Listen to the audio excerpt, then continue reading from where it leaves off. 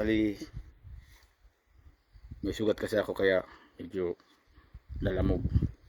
Pero in fairness, masarap siyang gamitin. Nung una kong ginamit to, parang akala ko lakas ang recoil, pero pag nasanay ka na, parang wala lang, normal lang. Kaya so, kagandahan nito,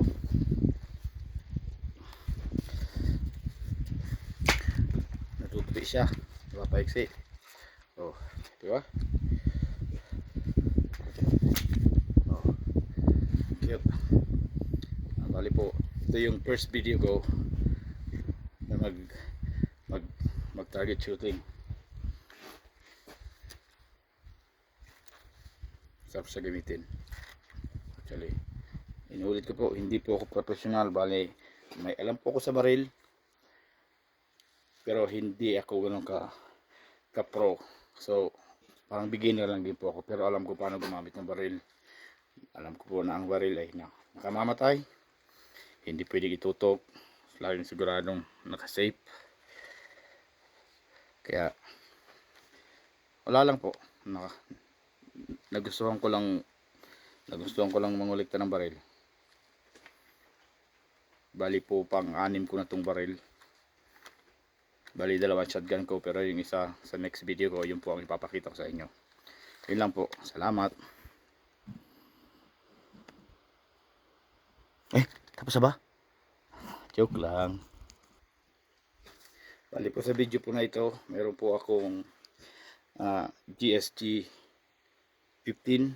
Bali 22 caliber po siya. Bali ang magazine niya po, pwedeng mong lagyan ng hanggang 25, pero hanggang 20 lang nilalagay kasi medyo nag-jam siya pag masyadong batak yung spring niya. Gawa po ito ng German. Ayan po, made in Germany. So hindi pa naman po yan nakakasa, naka safety pa rin siya. So inuulit ko po nga po, hindi po ako professional, bali beginner lang din po ako, pero may idea po ako sa baril at marunong po ako gumamit ng baril. So sa nga magko-comment mo po na parang wala akong alam, which hindi ko talaga masyadong kabisado pa to, inaaral ko pa lang.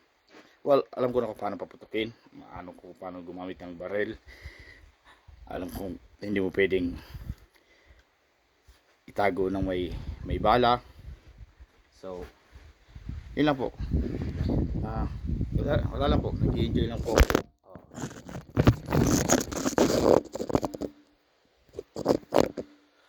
Nag-enjoy lang po ako na may baril. Parang ito lang po yung libangan ko.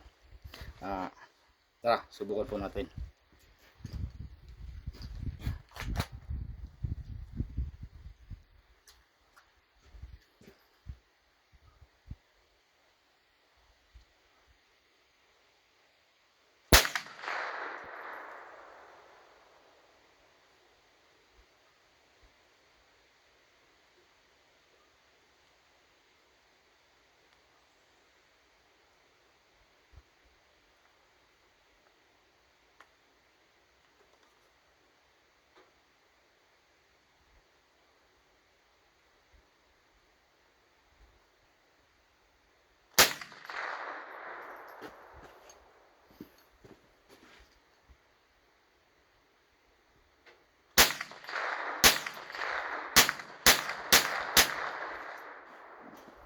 Bali po, semi-automatic lang siya kasi bawal na po magdala ng automatic dito sa Canada.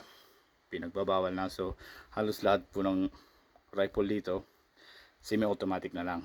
Illegal po yung automatic dito. So lahat ng kahit po 9mm or M16, actually wala naman M16 dito.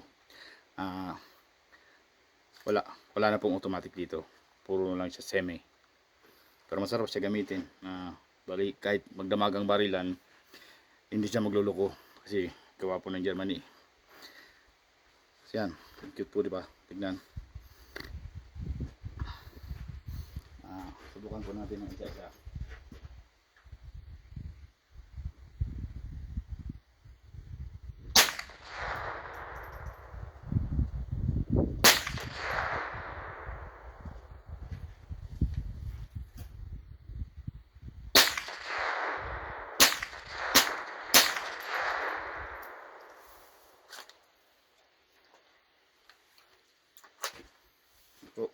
Wala naman. Empty na. Empty na rin yung chamber niya. Hindi nga po. Masarap siya gamitin. Recommended po. At nga po pala, napupol din siya. Diba?